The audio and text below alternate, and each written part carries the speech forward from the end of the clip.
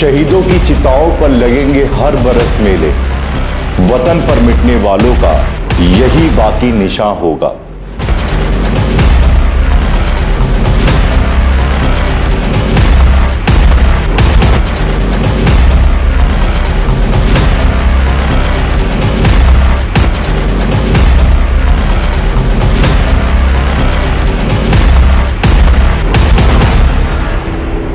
वतन में हमने जन्म लिया।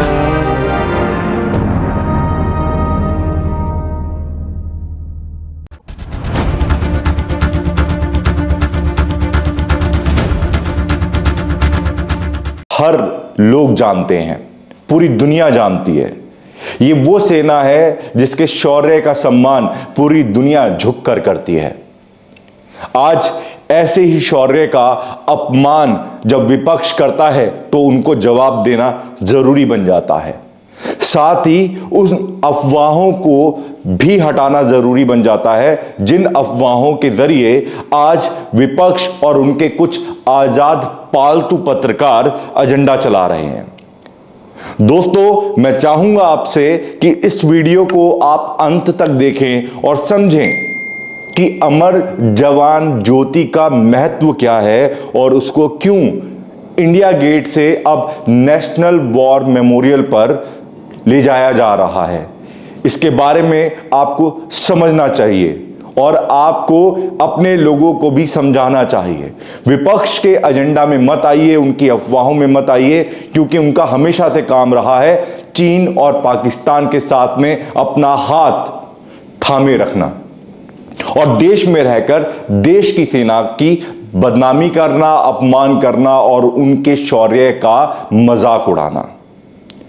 मैं वैसे तो हमेशा से चाहता हूं कि सेना को राजनीति से दूर रखा जाए, लेकिन कुछ ऐसे नेता हैं जो ना तो कभी उन्होंने कोई त्योहार देश की सेना के साथ मनाया, बल्कि त्योहारों के नाम पर वो हमेशा विदेश भाग जाते हैं। जो नेता यही नहीं जानते कि सेना के साथ में एक एक मिनट बिताया कैसे जाता है, वो देश की सेना के शौर्य का सम्मान कैसे करेंगे। सब्सक्राइब बटन दबाएं, लाल वाली घंटी दबाएं और फिर वीडियो को देखना शुरू करें। आज मैं आप लोगों को जो बताने जा रहा हूं ये एक इतिहास है और इतिहास को जानना बेहद जरूरी हो जाता है जब आज हम वर्तमान की बात करते हैं। इसलिए अगर आप मेरे चैनल पे नए हैं तो इस चैनल को सब्सक्राइब जरूर कीजिएगा, क्योंकि विपक्ष के एजेंडा और जो अपने आप को ईमानदार और आजाद पत्रकार कहते हैं उनको तोड़ने का और उनकी अफवाहों पर पर्दाफाश करने का काम हमारा चैनल निष्पक्ष तरीके से करता है।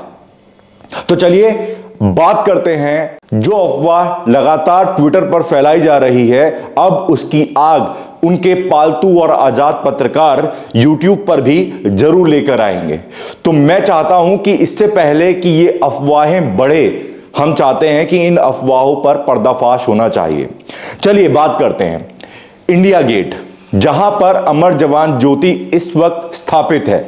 आजादी से लेकर आज तक वहां पर जोत जलाई जाती है। 26 जनवरी वाले दिन और 15 अगस्त वाले दिन जो 4 फ्लेम होते हैं उन चारों फ्लेम को जलाया जाता है, चारों जोत को जलाया जाता है और पूरे साल एक अमर जवान ज्योत की जो बीच वाली जोत है पूरे साल जलती है। दोस्तों, मैं आपको बताना चाहूंगा कि सबसे पहले ये इंडिया गेट कैसे बना, किसने बनाया, किसके लिए बनाया, क्यों बनाया, आपको पहले यह समझने की जरूरत है। इतिहास अगर आप नहीं जानेंगे तो वर्तमान में क्या हो रहा है उसके बारे में आपको कुछ नहीं पता लगेगा। दोस्तों, इंडिया गेट 1921 में बनाया गया था और यह बनाया गया था 1914 से 1921 के बीच में। ब्रिटिश इंडियन आर्मी में जो जवान शहीद हुए थे उनको श्रद्धांजलि के तौर पर ये एडविन लुटियंस जो बताते हैं कि ये पूरा एक लुटियंस जो राष्ट्रपति भवन से लेकर सारा जो जनपद है वो उन्हीं का डिजाइन किया हुआ है, तो उनके परिवार ने बनाया, एक ब्रिटिशर्स ने बनाया। और ऐसा ही अगर आप देखेंगे तो इंडिया गेट भी ये एक पेरिस के, रोम के एक डिजाइन के तहत बनाया गया था।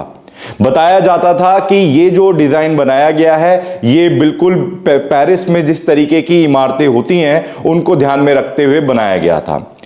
अब क्योंकि हमारा देश 1947 में आजाद हो गया था, लेकिन 1947 से लेकर और अब तक 2014 तक हमारे देश के पास अपना खुद का कोई आइडेंटिटी था ही नहीं, अपनी खुद की कोई पहचान ही नहीं थी। सरकारों ने सिर्फ भ्रष्टाचार किया, लेकिन देश को सम्मान देना, देश की सेना को सम्मान देने का काम कभी नहीं किया। और यही कारण था कि अब तक हमने देखा था कि हमारी सेना के पास में बुलेट प्रूफ जैकेट तो छोड़िए, ढंग के हेलमेट तक नहीं थे, वेपन नहीं थे। और ये सच्चाई है। आज हमारी सेना दुनिया में सबसे ऊपर मानी जाती है। शौर्य, सम्मान और वीर गाथा में पूरी दुनिया उनको झुककर सलाम करती है। और ये हो पा रहा है प्रधानमंत्री मोदी की सरकार में। मैं किसी सरकार की आज बड़ाई नहीं कर रहा हूं, मैं आपको साफ तौर पे बताता हूं। आप देखिए, क्या आपकी और हमारी जो सेना है वो पहले से ज्यादा और मजबूत नहीं हुई है? अगर आपको नहीं लगता कि ऐसा नहीं है तो कमेंट बॉक्स में जरूर बताएं। लेकिन अगर आपको लगता है कि ऐसा है तो मैं चाहूंगा कि ये तमाम लोग जो अफवाहें फैला रहे हैं और सेना का अपमान कर रहे हैं, इनको मुंह तोड़ जवाब आपको देना पड़ेगा। आज हमारे देश में हमारे देश के शहीदों के लिए एक पहचान बनाई गई है। 2019 में हमारे देश के ही एक डिजाइनर, योगेश जिनका नाम है, उन्होंने नेशनल वॉर मेमोरियल का डिजाइन किया और मेरे देश के सभी वीर सैनिकों का वहां पर उन्होंने नाम डाल दिया।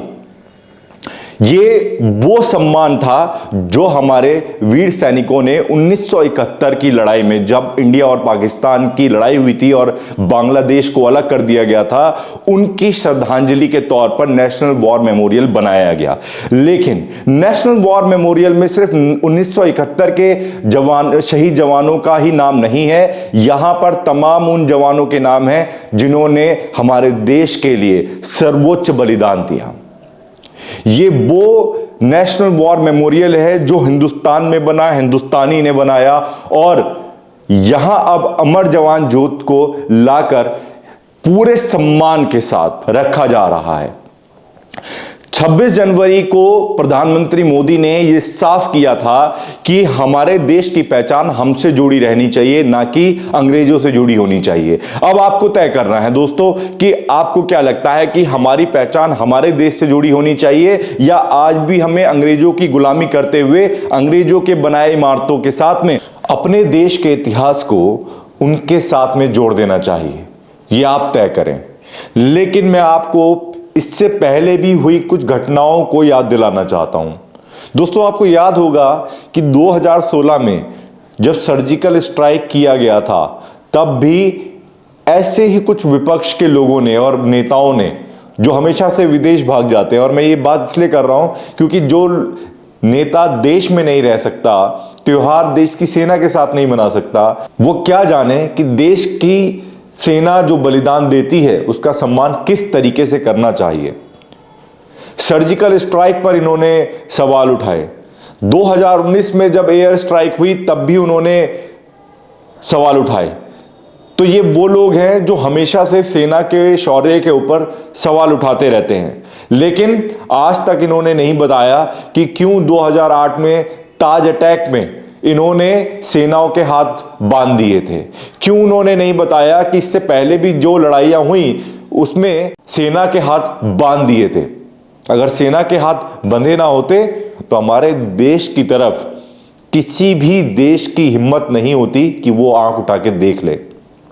दोस्तों, जिस परिवार ने आज तक अपने परिवार के आगे किसी को आगे बढ़ने ही नहीं दिया, किसी को शहीद का दर्जा तक नहीं दिया और हमेशा अपने परिवार का इतिहास आगे रखा और दूसरे शहीदों का इतिहास हमेशा छुपाए रखा, ऐसे परिवार के बारे में आप क्या कहेंगे? हमारे देश में एक से एक क्रांतिकारी थे जिन्होंने देश के लिए सर्वोच्च बलिदान दिया, लेकिन आज हम उनको नहीं जानते हैं क्योंकि उनका इतिहास हमसे छुपाया गया। लेकिन आज प्रधानमंत्री मोदी ने ट्वीट करके यह भी जानकारी दी कि नेताजी सुभाष चंद्र बोस की प्रतिमा को अब अमर जवान ज्योत जो इंडिया गेट पर थी उसकी जगह पर स्थापित किया जाएगा। ये हमारे लिए एक गर्व का क्षण है जब हम नेताजी, जिनको हर किसी ने भुला दिया था, उन नेताजी की प्रतिमा को भी अब हम इंडिया गेट पर देख पाएंगे। ये हमारे लिए एक गर्व की बात है। मैं आप सभी से ये निवेदन करता हूं कि आप लोग सेना को राजनीति से दूर रखें, और अगर आप ऐसा नहीं करते तो मेरे देश का हर नागरिक जो अपने राष्ट्र से प्यार करता है, अपने देश से प्यार करता है, अपनी सेना से प्यार करता है, वह आपको ऐसा मुंह तोड़ जवाब देगा कि आपका नामो निशान मिट जाएगा। और ये याद रखिएगा, मैं एक बार फिर दोहराना चाहता हूं कि शहीदों की चिताओं पर लगेंगे हर बरस मेले, वतन पर मिटने वालों का बाकी यही निशान होगा। ये सम्मान, ये शौर्य, ये हमारे उन सैनिकों का है जिसको कभी नहीं भुलाया जा सकता है। कोई भी पार्टी आ जाए, कोई भी नेता आ जाए, लेकिन हमारी देश की सेना का सम्मान सर्वोच्च था, है और रहेगा। इसी के साथ मैं चाहता हूं विपक्ष के और पालतू पत्रकारों के आप एजेंडा को ध्वस्त कीजिए, और सेना का मजाक उड़ाने से पहले इन लोगों के इस एजेंडे को आप पूरी तरीके से निस्त नाबूद कर दीजिए। इतना ही मैं चाहता हूं। अगर आपको लगता है कि मेरे द्वारा दी गई जानकारी सही है और आपको लगता है कि वाकई में अमर जवान ज्योत को इंडिया गेट से अब अलग करके नेशनल वॉर मेमोरियल पर स्थापित कर देना चाहिए, तो कमेंट बॉक्स में अपने विचार हमारे साथ जरूर शेयर कीजिएगा। और दोस्तों, सेना का सम्मान हमारे लिए सर्वोच्च था, है और रहेगा। मैं ये बार बार इसलिए दोहरा रहा हूं क्योंकि राष्ट्र से बड़ा कुछ नहीं है। जय हिंद, वंदे मातरम।